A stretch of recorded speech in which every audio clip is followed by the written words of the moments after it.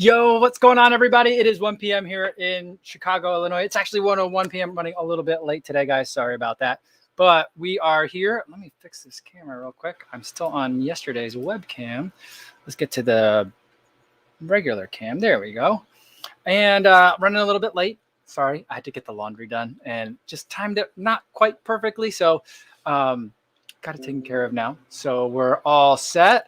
And it's time for our live stream. Today's Friday. We made it to the end of the week. Temperatures are heating up just in time for the weekend long runs, of course. It's been so balmy and mild all week. It's been really nice. And then all of a sudden, like, it's getting hot today. And it's supposed to be like mid to high 80s for the weekend here in Chicago. So not really looking forward to that. But there's good news, which we will get to. Well, there's good news and bad news today. So we'll get to in terms of the running world. But we'll get to that in a second. Let's say hi to everyone out there running right now and listening to the podcast on the audio only version or on their commute home. Hopefully you guys are having a beautiful day and getting some of that nice weather. And everyone watching this on YouTube after the fact, hopefully you're sitting back with a nice recovery beverage. I've just got water today because today I had ramen noodles for lunch. So I've got plenty of my electrolytes for the weekend or for several days worth. So I'm just going to go with some water right now. All right. So let's see who we got here. Garrett says, yo, what's going on? It's marathon weekend in his city, and all the running stores are picked clean of nutrition right now. I bet, you know what? Here's the thing.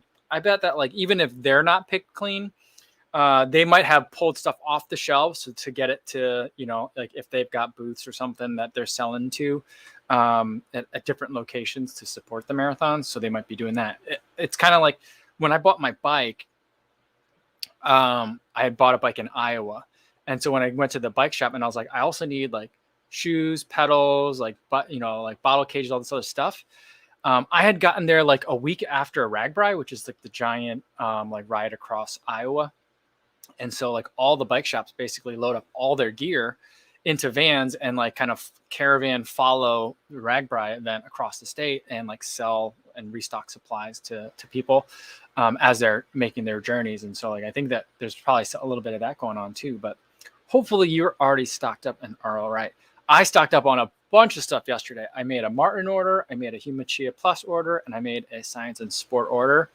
And I mean, some of that stuff you can't get on Amazon, but I intentionally avoided buying from Amazon yesterday. I'm going to try to like wean myself off a little bit from Amazon, but hopefully, Garrett, I hope you got what you need. Frank says, everybody keeps saying he's seen Alpha Flies discounted, but I haven't seen anything. Has anyone seen them discounted in the US? I'm not aware of that. That would be really bizarre to see them discounted. Jeff Elliott says he hasn't seen them on sale online other than the Nike site. Yeah, I've not seen it either. Jason Dahl says, hi, everyone. Chicago Marathon released the participant shirt design today. I'm hoping that's a good sign that they plan on going ahead with the race. That is the good news for today. So not only did I see that, I also saw the stuff that Greg Itahara was talking about, the Chicago Nike gear, that merch. So some of it was posted on Heartbreak. If you're following Heartbreak Run Company on Instagram, they posted some stuff. So I saw like the cursive Chicago with the Nike swoosh.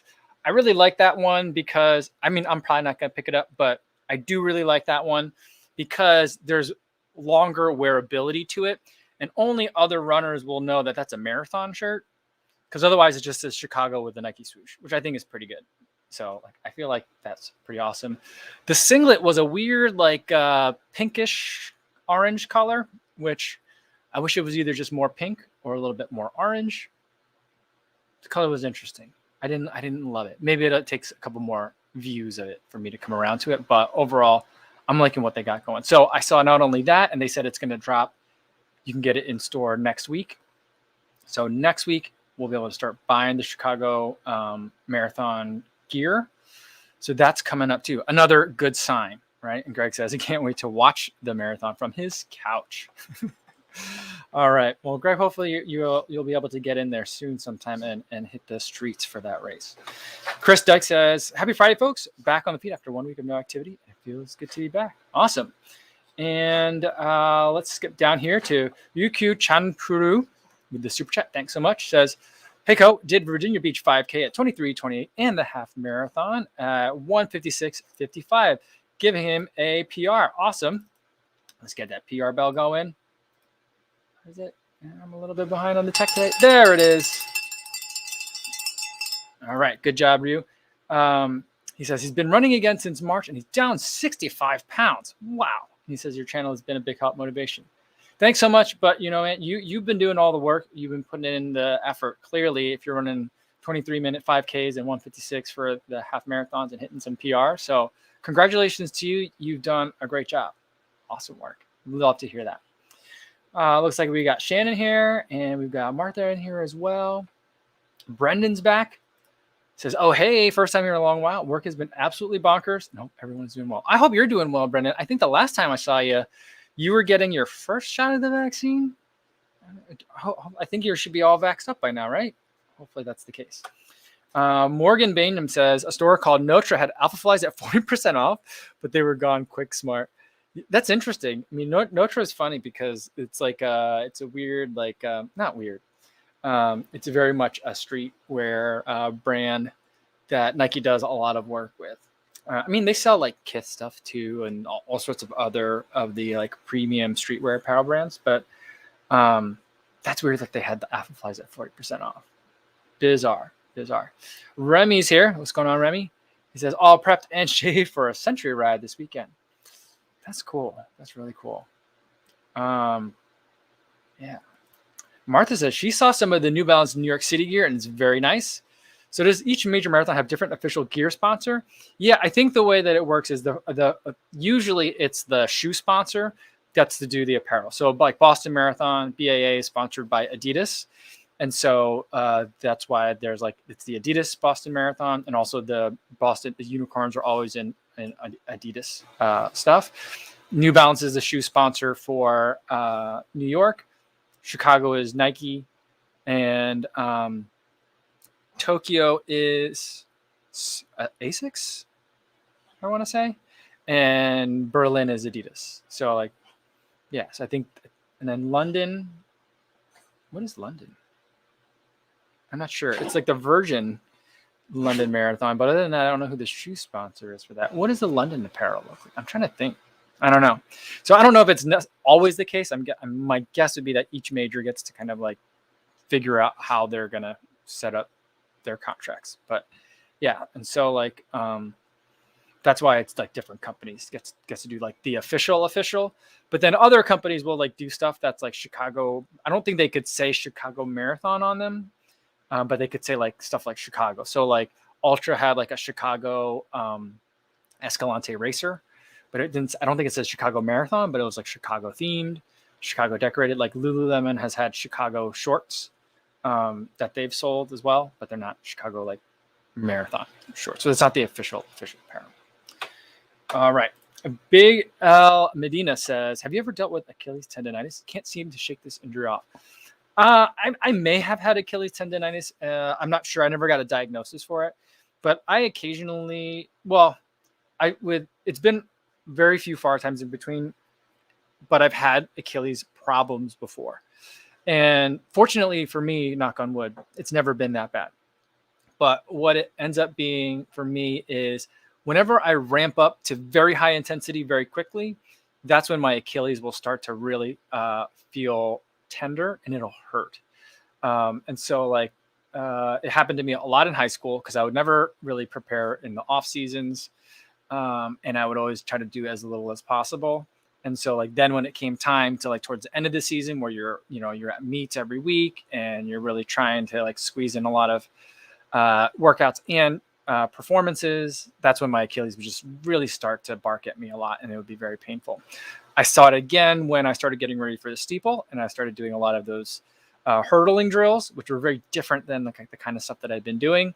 And the intensity is just very different. And once I started doing that, a lot of jumping type things, that's when I felt it again. And then once I kind of backed off of that, the Achilles calmed down. And then once I could give the Achilles time to kind of like recover and respond to the stimulus, then I was able to ease back into intensity again. So that if it's something like that, I would say like, if backing off intensity for a little while helps, I would try that. If it doesn't, then you might want to see somebody about it to see if there's something more serious going on that might require a different level of attention. All right. Reed Dodson said, I just watched the Apple Watch video. Do you still run with it? I love the Nike running app on the Apple Watch, but it always crashes on my watch. Strava app isn't the nicest on the Apple Watch. I still run with my Apple Watch pretty much every day, but I don't use it to track anything. So I think of it as like a very expensive way of carrying my phone around without having to carry my phone around. So I listen to Audible. So because I think the Apple Watch is the only wearable that has an Audible app. So if you want to listen to audiobooks, I'm sure there's other ways to listen to audiobooks, but the only way that I could figure out how to do it while running without having to carry my phone is with the Apple Watch. Also, I still have like the cellular on it. So like if I need to text my wife, if I get into a situation where I need some help, I can always still do that. And there's Apple Pay on it. So if I ever like get into real trouble, I need to buy something to drink kind of thing, or if I ever need to like hop on a bus, I could use that. Those other things, you could do with other watches too, but I already had the watch. And so like, it's just what I've been doing. I don't like the Nike running app. I think I agree with you. It crashes. I also don't like the Strava app. I just think that it gives you really weird results. I would go with I Run 26.2 or Work Outdoors. I would try those apps. I also just didn't like running with the Apple Watch as my tracking device either, because especially when it gets cold, like the battery life really suffers. And so like my runs would crash, like the watch would crash like 30, 40 minutes into a run in the wintertime, because like when it gets colder, battery performance goes down, which never really makes that much sense to me. But if battery performance goes down, and then it would go from 100% to like 60%, and then like 30%, and then 0, like super fast. So there would never be any like way of being like, all right, it looks like my watch is about to die. Let me stop recording the activity. So I just kept losing activities, and I was like, this is ridiculous. And that's when I really started looking more heavily into GPS, like dedicated GPS watches. All right. Chris Dyke says, I don't know why you don't go with the phone flip belt. Much better than 2 watches, in my opinion. I do like the flip belt, but it gets hot. It's not that hot anymore in Chicago, so like it's not as big a deal. But it's just a lot of stuff on my waist, and it's like a sweat collector for me.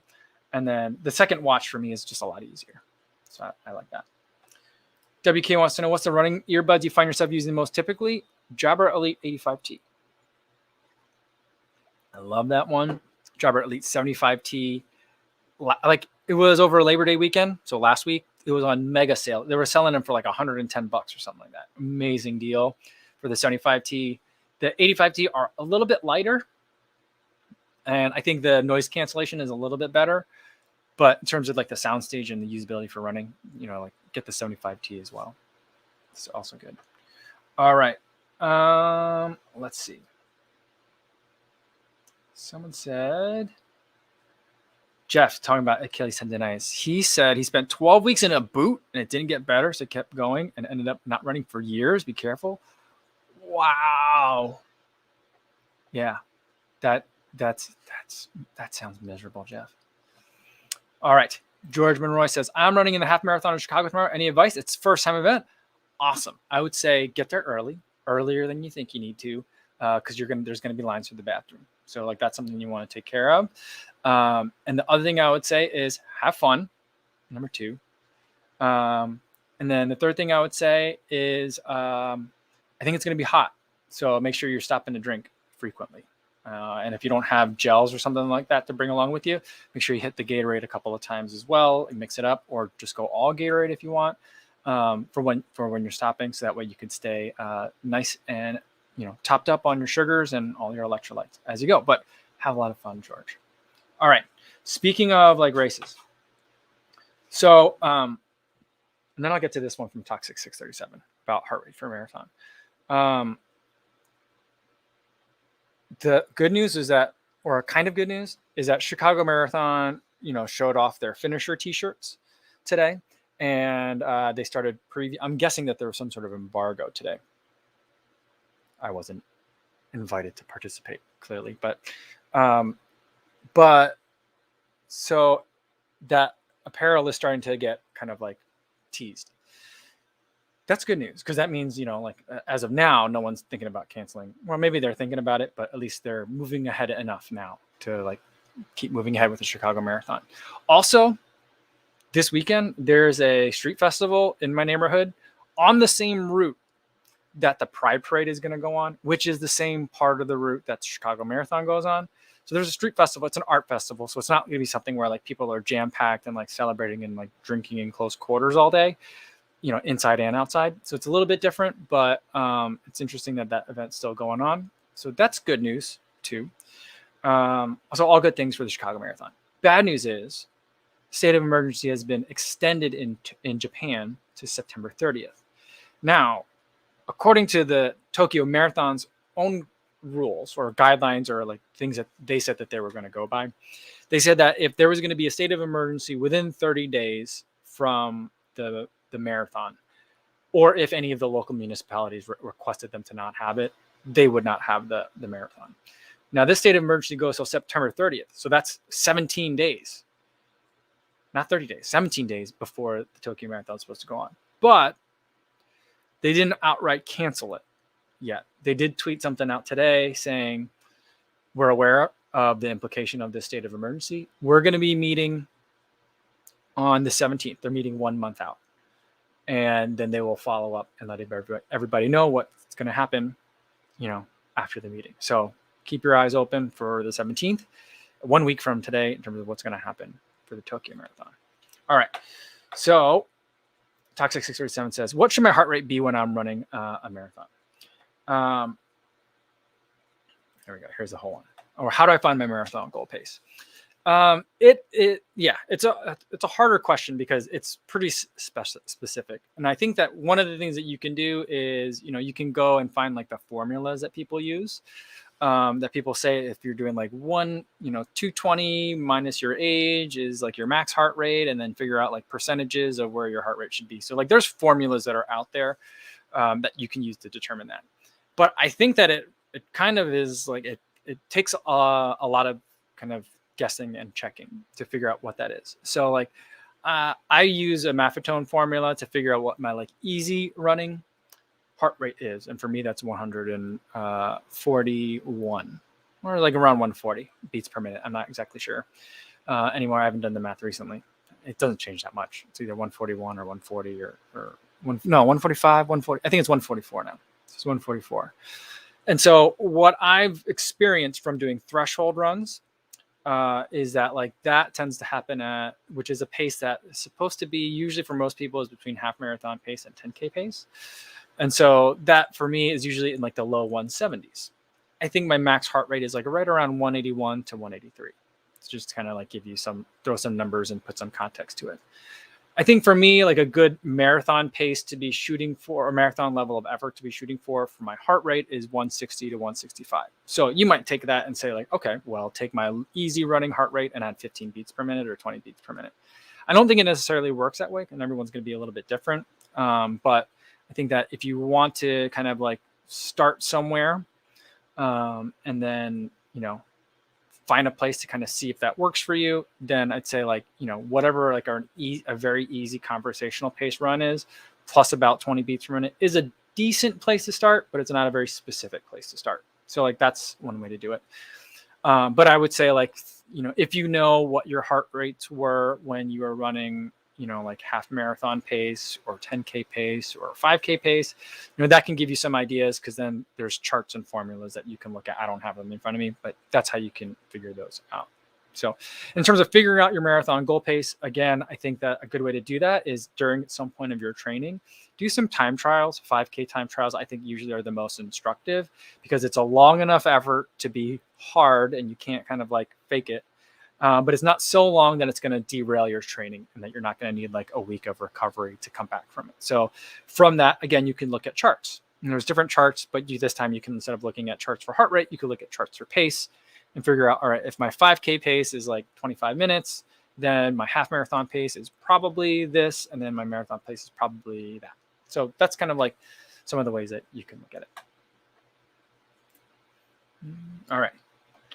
Isis Fernandez Rojas says, yo, love the live stream. Running my first 5K next Sunday. Awesome. She says AHHH for those of you listening on the podcast. Any last minute tips, things I need to make sure I do or think about? I will say for your first 5K, it's going to be, I know it's going to be really easy because it's something that I still do.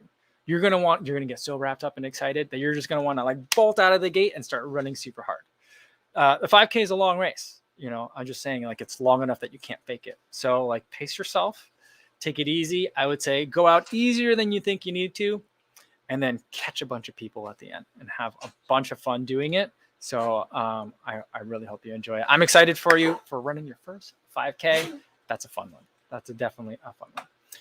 All right. And that running guy, awesome. Good to see you. Says, give me some backup on that heart rate marathon pacing question. Thanks. It's always good to have some support. All right. Affluent Journeys, opposite of the first time racer, says he's doing his second race in 7 days tomorrow. Ooh. The Osprey 25K in Stuart, Florida. This feet still hurt from last week. All right. Well, I mean, you know what? It's a good pain. That means you're getting out there and you're getting racing. So cool. 25K in Florida right now. That feels like it's going to be a very grueling race. So good luck to you. But you've been doing the running in Florida, so you're familiar with the temperatures and stuff. I don't know that I can handle it right now. All right, Cycle on Wednesdays here. Good to see you. Awesome. And let's see what else we got.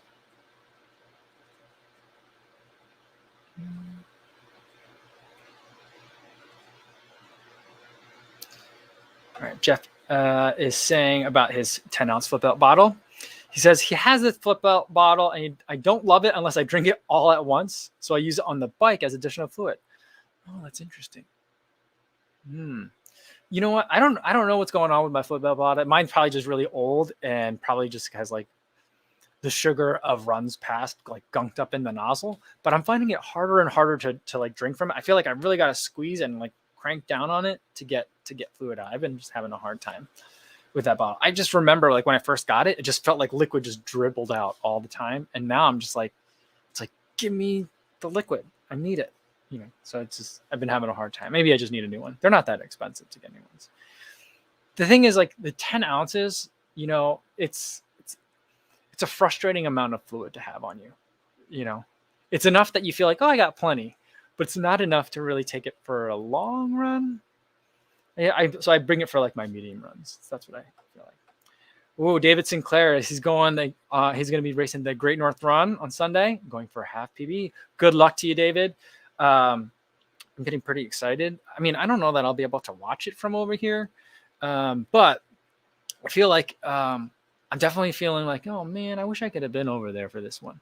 So today, I don't know if you guys saw on Instagram, Molly Seidel posted a picture of it was something along the lines of like, some people you just keep running into over and over again.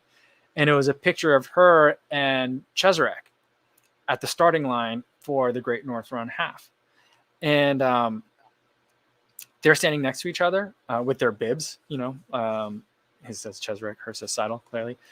And then you flip over to the next photo and it's a picture of them when they were both Foot Locker champions from high school. So it was like, it was like 10 years times had elapsed and just saw the two of them. So can you imagine if they both win? I don't know if that'll happen. It's Cheserek's debut at the distance. Seidel, she's the fastest turkey, I think, right? As far as the half marathon distance goes. But will that translate to a fast time in the streets of England? I don't know. I'm not sure, but can you imagine if they end up both winning? That'd be pretty crazy. I don't know. I don't think the odds would be great on that, but that'd be pretty fun.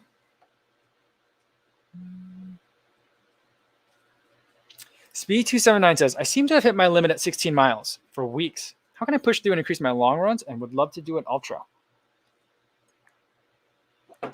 I would think about a couple of things. One would be like slow down, or if you're really just trying to get the long run in there, don't be afraid to take a break. Like stop at like mile 12, do some deep knee bends or something, squat down, rest for like, give yourself like a minute or two of recovery and think of it as like 2 12-mile repeats or like 2 9-mile repeats, 10-mile repeats, right? So that's one way you can do it. The other thing to do is you could slow down. So like, instead of, trying to maintain like, well, this is my easy run pace for my 6-mile run. I'm going to try to do that for my 16-mile run. Slow it down even further. The other thing to think about, and none of these things are mutually exclusive. The other thing to think about is your nutrition. How's your fueling going? Do you have enough sugars? Do you have enough salt? Are you a heavy sweater? Is it really hot where you are? And are you bringing enough fluid? So those are the things that I would think about too. But like, if you're like, I hit my limit at 16 miles, the first thing that comes to my mind is fueling. So like hydration and nutrition. So. Martha says, I think we're safely past cancellation with the big marathons. Has Chicago given any COVID protocol plans yet? Now, I thought that they had already announced for Chicago that that you have to be vaccinated or have a negative test. I'm pretty sure that's what it is. Boston has that requirement in there. I remember hearing about that recently. I'll have to double check to make sure that that's the case, but I'm fairly certain that that's what it was. So, yeah. So I think things in Chicago generally, we reinstituted an indoor mask mandate. I think August 20th was when it went into effect. And I think that's had a very positive effect in terms of like stemming what was otherwise an upward, spike in cases. And so like, I think things are leveling off in Chicago. As far as I can tell, numbers are still not great. Like most of the country, like we're worse off this year than we were same date last year. When there were a lot more, measures in terms of protection and things that people were doing to avoid contagion. But now we don't have those, but we do have vaccines. So it's kind of like, that's, we'd like to see the numbers a little bit different, but we're living a little bit differently. So like, I'm not sure. I'm still like, I'm feeling better and better about it, given some of the, the things we're seeing. Progress seems to be being made. And it's not just like radio silence, so I think that's good. But, in terms of additional protocols, I don't know what's going on with the corrals. I haven't looked at any of that yet. But I'm also envisioning, I'm assuming that there'll be, masks required before you start. Once you cross the start line, you're fine. But then, they want you to put on a mask afterwards is what I would guess. That's what happened. Is that what happened at the trial? No, that didn't happen at the triathlon. They didn't make us do that. Yeah, that was interesting. But that's what we did. That was what happened at Falmouth. So like, I could see that happening, but I think the other thing is, they're not doing the, putting the metal on you anymore. So like, they're just handing you like a little thing, a little baggie with a metal inside. And so I think that's probably what's going to happen with Chicago too. So. Well, we'll see. We'll see.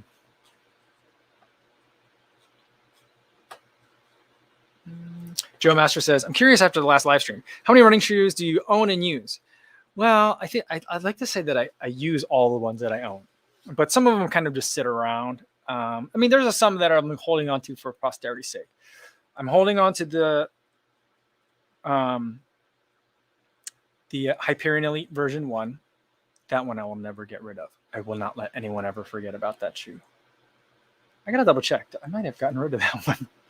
Either way, the memory of that shoe will always live on. I still have the Hoka 10.9 because that thing's just ludicrous. And I have I'm trying to think what else. What other weird? Some of like the more peculiar ones I've held on to, like the Craft Ultra, the UTM Ultra Carbon. That one I have because it's got the zebra print. So I'm not really using those, but I'm holding on to them. But in terms of how many that I have that are like use, the stack is really big. I haven't been getting through them very quickly lately. So there's probably about 20 in the house right now. I'm not sure. It's hard because like the carbon plated shoes, you don't get through them very quickly, All right. Anthony Vu says, for spectators, do you still recommend they go on Wacker Drive for mile 1, 3, and 13 versus all the other mile markers? I do. Like, I forget. I made like a video. I'm assuming you saw that, Anthony, like for like Chicago Marathon for spectators. I don't think there's been any changes as far as I can tell from the route that would make any of the information different. The other thing to keep in mind, though, is like those areas still are pretty busy. And so if you want to get away from the crowds, which a lot of people like to do, this year they might want to more than ever. I think some of the later portions of the race are also really important and worth looking at. So for me, and here's another thing from like a really supporting your athlete perspective. I think that like I really struggle after Chinatown. And so like after Chinatown, the crowd starts to thin out until you get back onto like Michigan Avenue again. So the crowd really thins out. It gets really hot. There's just not as much sun cover, it seems, from like because the buildings all get shorter. It's also when I'm starting to die during the race. And so like there's a lot of places where it's a lot easier to get around, whether you're in a car or like borrow a bike for the day or do like the bike share bikes. I think that would be a really great way to get around. And you could figure out where some of the great places to go there, where I feel like, that's where your runner could really use a nice morale boost. So that's another thing to keep in mind. Jackie Mai says, hi Jackie, says, hey Mike, which shoe if you had to choose for marathon, Ghost 11 or 1080 V10? Ooh. I'm not a huge fan of the Ghosts, I gotta say. It's a really tall drop. It just seems really weird. And the Ghosts always seem to fight me. It just doesn't like what my foot's doing. And I feel like torsionally, it's like always doing something. So I would probably go with the 1080 version 10. Shannon says, Cove, you entered all your shoes on Strava. I'd love to count how many you've had in your running career. I think I've had all of them in there, but like I retire them when I'm done. And so like, I don't think they show up. So, but yeah, it's a pretty long list. Jason Dahl says mile 22 to 24 is pretty sparse, but there are unofficial beer aid stations. Yes. Also in Pilsen too. What's that, like around mile 19? A lot of times you can find some unofficial drinks and aid stations along the way, which is always kind of fun. But yeah, those later miles, like there's that one point, I don't even know what street it's on, but you go down, it's a boulevard because there's like a grass median in the middle. You like run by like, I don't know what it is. Is it IIT? And then like a couple of car dealerships is really weird. It's really scenic, but like for running, it's kind of boring. But you run down a long street and then you come back a long street. That one always is just absolutely miserable for me. So I feel like if I saw someone like standing in the median, you could see him twice, So like that'd be a good spot. I think I would like that. Sai wants to know, what are you having for dinner, Kofuzi? I think I'm going to make some pizza. We haven't made pizza in a while. And so like I keep forgetting to like get the dough ready. Not that the dough takes a long time, but we've been having dinner really early because I've been trying to like, instead of like, establish a set dinner time and have the kids eat at dinner time, I've been trying to feed the kids like when I think they're going to be hungriest. Then I feel like dinner time goes better. And so I've been like, normally I start cooking dinner at like 5-ish so we could have dinner on the table by 6-ish. Lately I've been starting dinner at like 4 or 4:30 so we could eat closer towards 5. So it's really early. And so like sometimes if I don't make the pizza dough before I go pick up the kids, then by the time I get back, they usually want some sort of little snack or they need something before like they go hide in their corners and play iPad for an hour or two. Like then if I don't, I gotta time the pizza dough better. So that's one of my goals for today because I think pizza would be good. Either that or maybe we'll go out for dinner. We'll see. I'm thinking, I don't know. I think I'd rather have pizza today. We've been meaning to go to our local like neighborhood restaurant that we like. It's mainly a breakfast place, but they have good dinners too. And so like, then the kids go, they can have breakfast if they want for dinner, or they can have dinner if they want. So we like that. Milton Velez says, hi Kofuzi, got injured and can't run for about a week and a half. Okay. How bad do you think it'll throw off my marathon training? Had already hit 20 miles and was consistent for 62 weeks of running. I don't think it's going to bother you hardly at all. What was I listening to that they were saying it was like a weird breakup rule, but it was like a running injury rule. It was for every 1 day off, it's going to take 2 days before you can like really get back into like where you were in training before. And so like, if you're going to go with that rule, 10 to 14 days off means it's going to take you about 4 weeks to kind of get back to pre-injury status.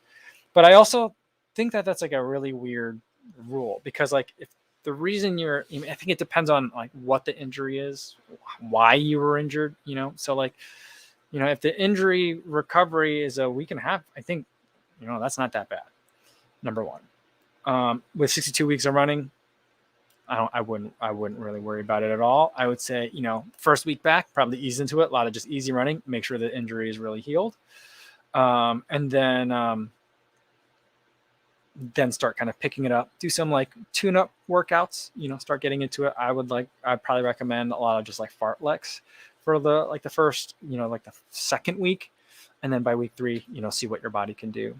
Assuming that your body can handle it. The other thing to think about, is there other kind of aerobic activities you can do in the meantime for that week and a half that would not interfere with the healing? That's something to consider. But it's only, it's easy for me to say only because it's not me, but it's only a week and a half. And I would say like, if you're going to take time off, make sure you're maximizing that time off.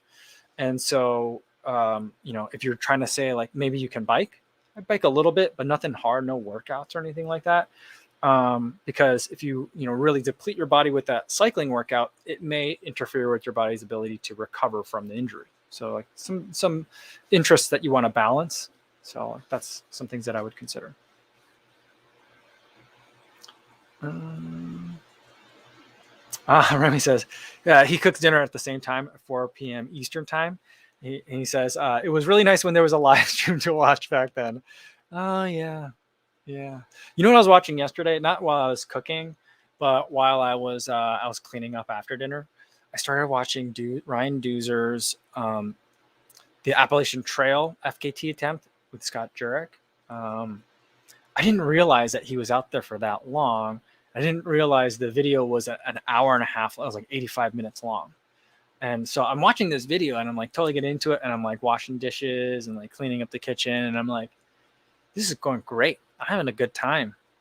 And I'm like, this video is great. How long? I've been watching this whole time. And I looked down because I thought it'd be like a 10-minute video, but it ended up being like an 85-minute video. I didn't even finish it.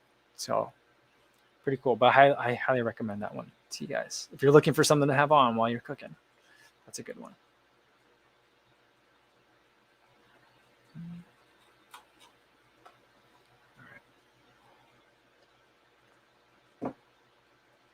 All right, let's get a couple more in, and then I think I'm gonna just get started on that pizza dough for today.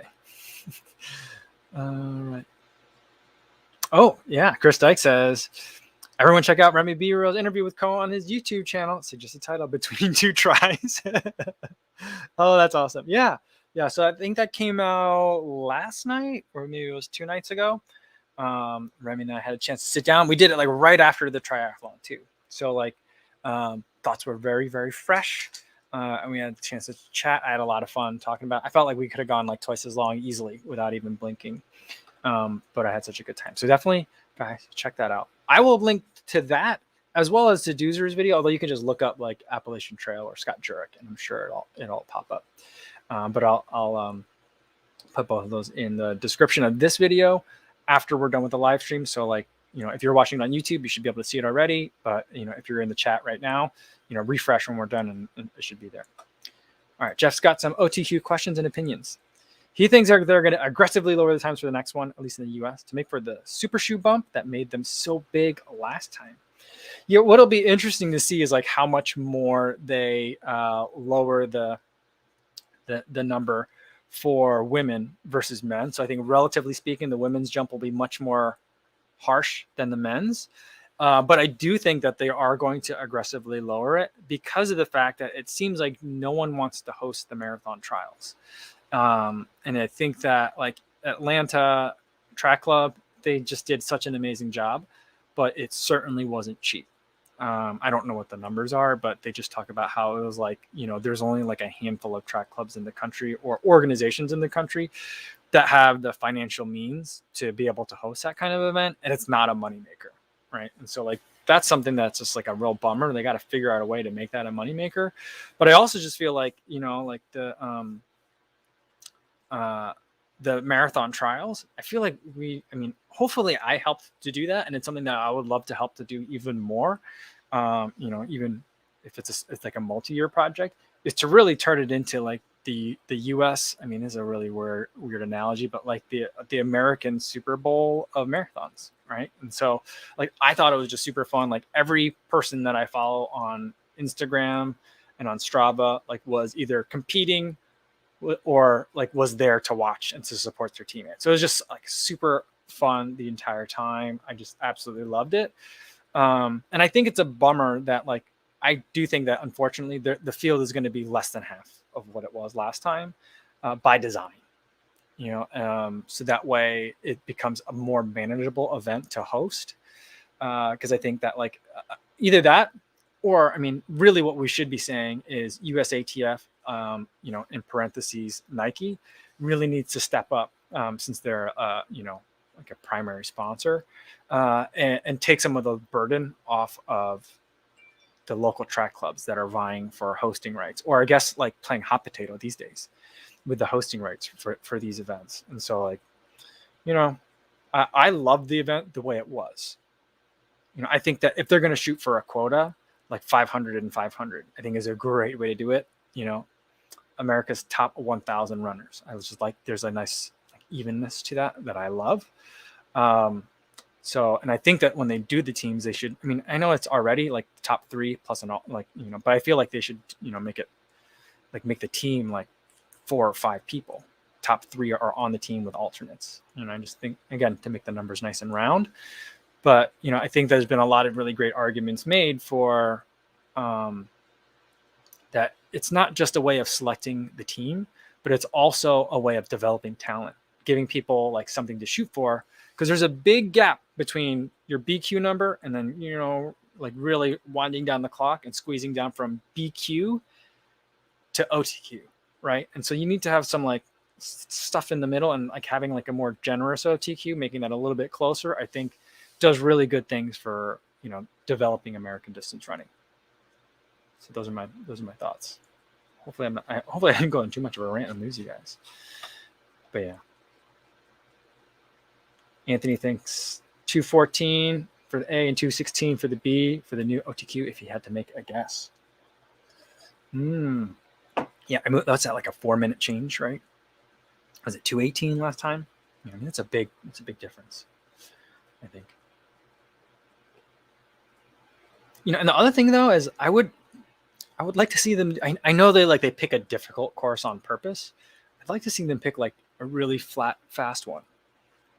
Like 3 loops around. I mean, the Atlanta course with loops too, but like loops around like it's just a flat area, like Marathon Project. And I don't know. Maybe that's not as exciting to people. Samko Buzek says, "Do you think the Brooks Hyperion Tempo is a decent shoe for racing if you can't afford a carbon plate shoe?" Absolutely. It's the shoe that I got for my nephew, and he's using it to race cross country this year. I just saw some Instagram footage of him at his latest cross country meet. So happy to see that. He really likes the shoe. I think it's lightweight. I think it's very responsive, good for racing, good for training. You can even take it for easy runs, although it's not as soft as I would like for an easy run. But, if you're trying to, make a rotation with fewer shoes, then that's one that I think can do a lot of things.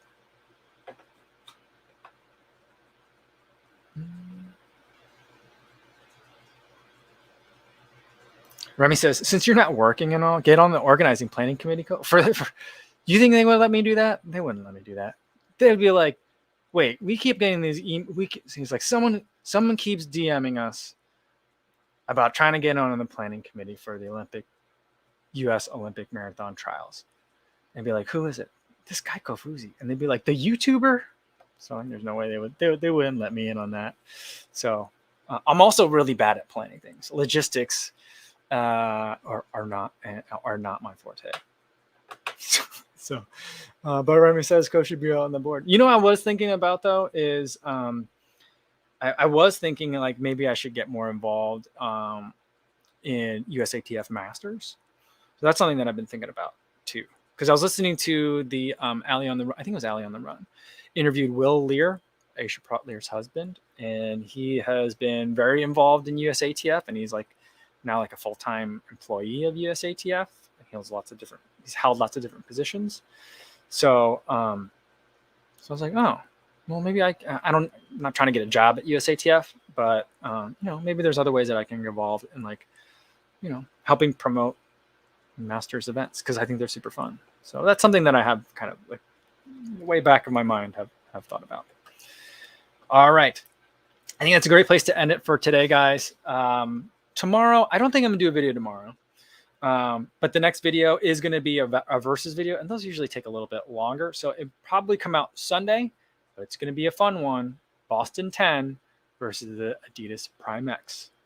I'm going to call it like the weird Adidas shoe battle, or like Adidas's most polarizing shoes. So that'll be coming up the next video, and that'll probably still be before the next time I see you guys live, which will be Monday, same time as today, 1 p.m. Central. We'll do a mukbang. I'm waiting. I'm hoping some products that I've asked some brands to like send me some samples of. I'm hoping that they'll come in over the weekend and we could try some fun new stuff. So I'll see you then on Monday for something new. In the meantime, have a great weekend, everybody, and hopefully you're safe out there on your runs.